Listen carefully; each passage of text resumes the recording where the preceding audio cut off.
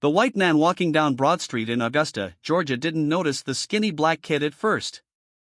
It was 1941, and poor children were as common as dirt in this part of town, invisible, expected, easily ignored. But then the kid started moving. Not walking. Moving. His feet did something that made the man stop mid-step and turn around. The 8-year-old boy was dancing on the corner of Broad and 9th Street, his worn-out shoes creating rhythms on the concrete that shouldn't have been possible from someone so small, so young, so desperately thin. James Brown had been standing on that corner for 2 hours, hungry, terrified, and completely alone. His father was working somewhere, doing something, making barely enough to keep them from starving. 4 years had passed since his mother walked away and never came back. And in those 4 years, James had learned something crucial about survival. If people couldn't see you, you didn't exist. But if you could make them stop, make them turn around, make them reach into their pockets, you could eat another day.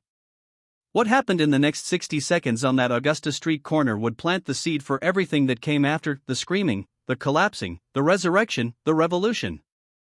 This wasn't just a kid dancing for coins. This was James Brown discovering that performance could be survival, that visibility could be power, and that the stage, even if that stage was just a dirty sidewalk, could be the only family you'd ever need. Before we continue with this story, if you appreciate deep dives into music history and the untold moments that changed everything, please subscribe to the channel. It helps us bring you more stories like this one. By age 6, James picked cotton. By 7, he shined shoes. By 8, he'd been sent to Augusta to live with Aunt Honey, who ran a brothel on Twig Street.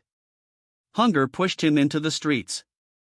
That morning, James woke with his stomach cramping from emptiness. No money. No food. He went out into Augusta's streets like he'd been doing for weeks. Other kids begged. James had discovered something better: when he moved, really moved, people stopped and watched. The corner of Broad and 9th was a good spot, busy but not too busy. James stood there for an hour, watching. Other kids begged and got ignored. A street musician played badly, people avoided him. But when a woman dropped her shopping bag, everyone stopped to look. Unexpected disruption. That's what broke through invisibility. But James had been standing there for 2 hours now, and nothing was working. His stomach cramped harder with each passing minute. He'd seen a baker throw out yesterday's bread an hour ago, watched a restaurant worker dump leftover food into a bin. His body wanted to run to those trash cans, wanted to dig through garbage like the other street kids did. But something inside him refused. Not pride. Pride was a luxury poor kids couldn't afford. It was something else. A voice in his head that sounded like his mother's last words before she walked away: "You ain't never gonna be nothing." James stood on that corner, 8 years old and starving, and made a decision that would define his entire life. He wouldn't beg. He wouldn't dig through trash. He wouldn't disappear. He would make them see him. Make them pay attention. Make them acknowledge he existed. Even if it killed him. Especially if it killed him. Because being invisible felt worse than death. Being forgotten felt worse than hunger. His mother had taught him that lesson on a dirt road in Barnwell 4 years ago. James took a breath and started moving. Not dancing yet, just shifting his weight from foot to foot, creating a small rhythm with his worn shoes on the concrete. A few people glanced at him, then kept walking. He increased the tempo, added a little bounce, let his shoulders get involved. Still nothing.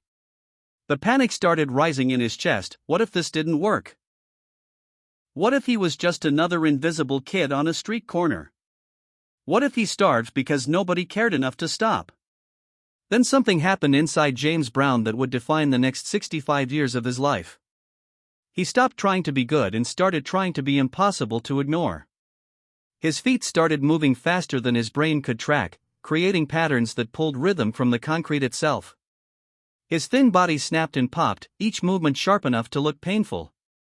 He wasn't dancing pretty, he was dancing desperate, dancing like his life depended on it, which it did.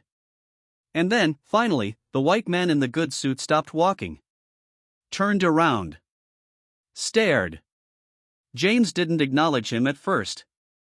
He'd learned that much already: if you look desperate for their attention, they'll use it against you. So he kept dancing, kept building the rhythm, kept making his 8-year-old body do things that looked impossible. The man took a step closer. Then another. Within 30 seconds, 3 more people had stopped. A small crowd was forming, not a big crowd, just 5 or 6 people, but to James it felt like the whole world was finally seeing him. His legs were burning. His lungs were screaming for air. But he couldn't stop now, couldn't let the attention slip away. He added a spin, nearly fell, caught himself, turned the stumble into part of the dance. Someone laughed, not mean laughter, but surprised laughter, impressed laughter. And then the most beautiful sound James Brown had ever heard: the clink of a coin hitting the concrete near his feet. The coin was a nickel. 5 cents. Enough for a sandwich, maybe, or a piece of fruit. But the value wasn't in what the nickel could buy, it was in what the nickel meant. It meant somebody had seen him. Somebody had stopped their day, reached into their pocket, and acknowledged that James Brown existed, that what he was doing mattered, that he was worth something. More coins followed. A penny. Another nickel. A dime from the well-dressed white man, who shook his head with a small smile before walking away. James kept dancing even as he watched the money accumulate near his feet, terrified that if he stopped moving, the attention would evaporate and he'd become invisible again.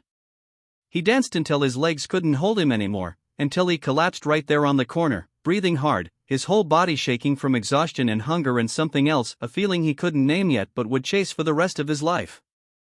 When he finally caught his breath and counted the money, it came to 37 cents. Enough to eat. Enough to survive another day.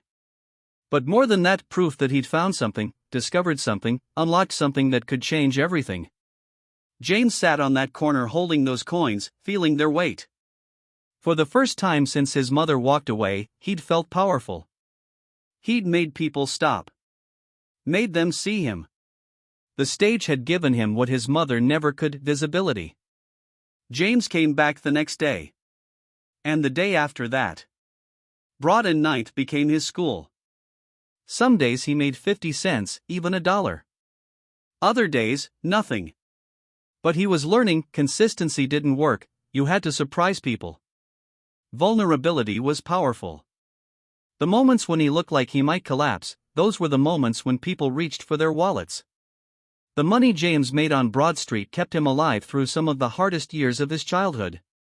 Aunt Honey's brothel on Twig Street was chaotic and sometimes dangerous, but at least it was shelter. His father Joseph came and went, working when he could, disappearing when he couldn't. School was sporadic at best. James attended when he could, but hunger and survival often took precedence over education. The streets of Augusta were teaching him a different curriculum anyway, one about power and visibility and the economics of attention. By age 10, he could make $1 on a good day, enough to eat and sometimes help Aunt Honey with expenses. By age 11, he was known around downtown Augusta, the kid who could dance like nothing you'd ever seen, who would perform until he collapsed, who made even hardened cynics reach for their wallets. But the hunger never really left. Even on days when he made good money, when his stomach was full, there was still a different kind of hunger gnawing at him. The hunger to be seen. To matter. To prove that the abandoned 4-year-old on that dirt road in Barnwell had become someone worth paying attention to. The street taught James that visibility was temporary.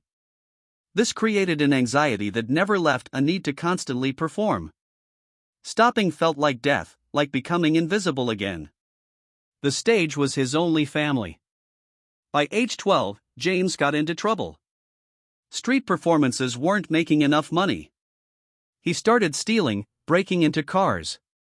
The line between performance and crime blurred, both were about survival. In 1949, at 16, armed robbery sent him to Alto Reform School for 8 to 16 years. But here's what the world didn't understand about James Brown: wherever he went, he brought the stage with him. Alto Reform School wasn't rehabilitation, it was storage. They locked up poor black kids and forgot they existed. But James Brown had spent 8 years learning how to force people to see him, and prison walls couldn't stop that. He joined the gospel quartet, and within months he'd transformed it from background music into something audiences couldn't ignore. He performed the same way he'd performed on Broad Street, with absolute commitment, with dangerous intensity, with a willingness to make himself vulnerable in public. The guards thought he was crazy. The other inmates couldn't look away.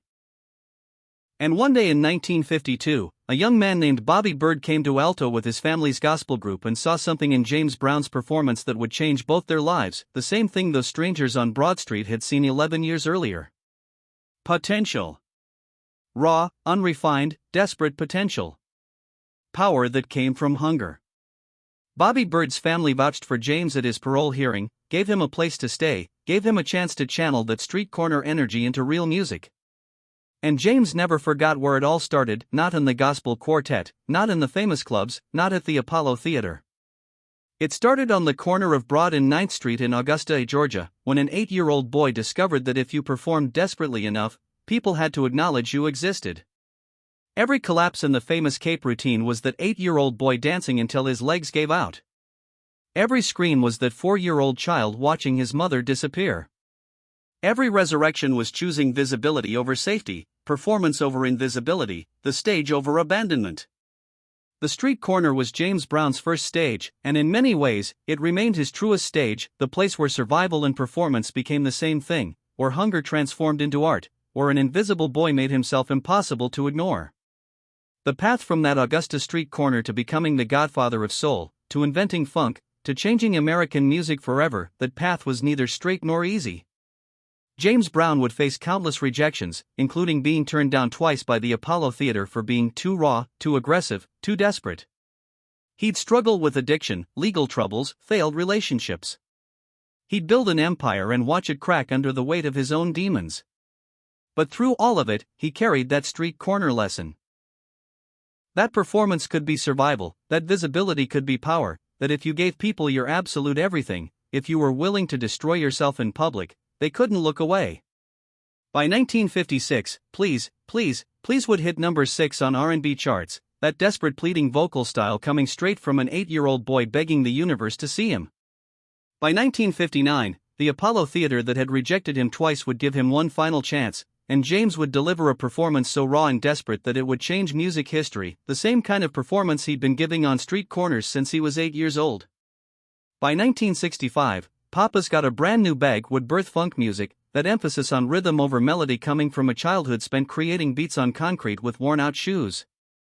By 1968, his performance in Boston the night after Martin Luther King Jr.'s assassination would help calm a grieving city, that connection with audiences forged on Augusta street corners where he'd learned to read people's emotions and give them what they needed. By the time he died in 2006, James Brown had become one of the most sampled artists in history, his rhythms forming the foundation of hip-hop, his performance style influencing everyone from Michael Jackson to Prince to Mick Jagger. But all of it, every innovation, every legendary show, every revolutionary moment traced back to a hungry 8-year-old boy on a street corner, learning that the stage could save his life. James Brown never talked much about those early street performances. In interviews, he'd mention shining shoes, picking cotton, the poverty of his childhood. But he rarely discussed what it felt like to be 8 years old and invisible, to dance for survival, to discover that performance could be the difference between existing and disappearing. Maybe it was too painful to revisit. Maybe some wounds stay private even when you've spent your whole life performing in public. Or maybe James Brown understood something that audiences never quite grasped, that every performance of his life was still that street corner show. Still that desperate 8-year-old trying to make people stop and see him. Still that abandoned child screaming for attention. The venues got bigger, the audiences got larger, the money got better. But the core never changed. James Brown spent 65 years on stage doing what he'd first learned on the corner of Broad and 9th Street, refusing to be invisible, transforming pain into power, using performance as proof that he existed. When people analyze James Brown's legacy, they talk about funk, about rhythm, about his influence on hip-hop and R&B. They talk about the Cape routine, the screaming, the splits, the unstoppable energy. They talk about innovation and revolution and changing the sound of American music. All of that is true. But the real revolution happened on an Augusta street corner in 1941, when a hungry 8-year-old boy discovered that if you performed with enough desperation, enough vulnerability, enough absolute commitment, you could force the world to acknowledge you mattered. That 37 cents he made that first day wasn't just money for food, it was proof that visibility could be earned, that performance could be survival, that the stage could be family.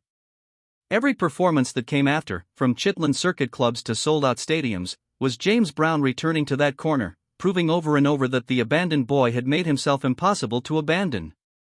The street corner was his first stage. And in the most important ways, it remained his only stage, the place where he'd learned that being seen was worth any price, any pain, any sacrifice. That lesson shaped James Brown. It shaped his music. It shaped American culture. And it all started with a hungry kid dancing on a sidewalk, refusing to disappear. There's a question that haunts every performer, every artist, every person who's ever stood on a stage and demanded attention. What are you willing to sacrifice to be seen? For James Brown, the answer was everything. His childhood.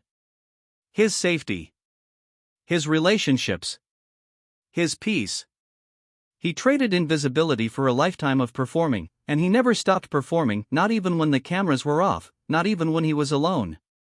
The 8-year-old boy on Broad Street made a deal with the universe that day: visibility in exchange for vulnerability, attention in exchange for exhaustion, recognition in exchange for rest. And he honored that deal until the day he died. But here's what makes James Brown's story universal: we're all on that street corner. Maybe not literally, maybe not dancing for coins, but we're all fighting against invisibility in our own ways. We're all trying to prove we matter, trying to make people stop and see us, trying to turn our pain into something that validates our existence. Social media, careers, relationships, they're all just different versions of that Augusta sidewalk, different stages where we perform our worth. James Brown's revolution wasn't just musical. It was existential. He proved that being seen was possible, even for the most invisible among us. Even for abandoned kids. Even for the poor. Even for the desperate. But he also showed us the cost, that once you taste visibility, you can never stop performing.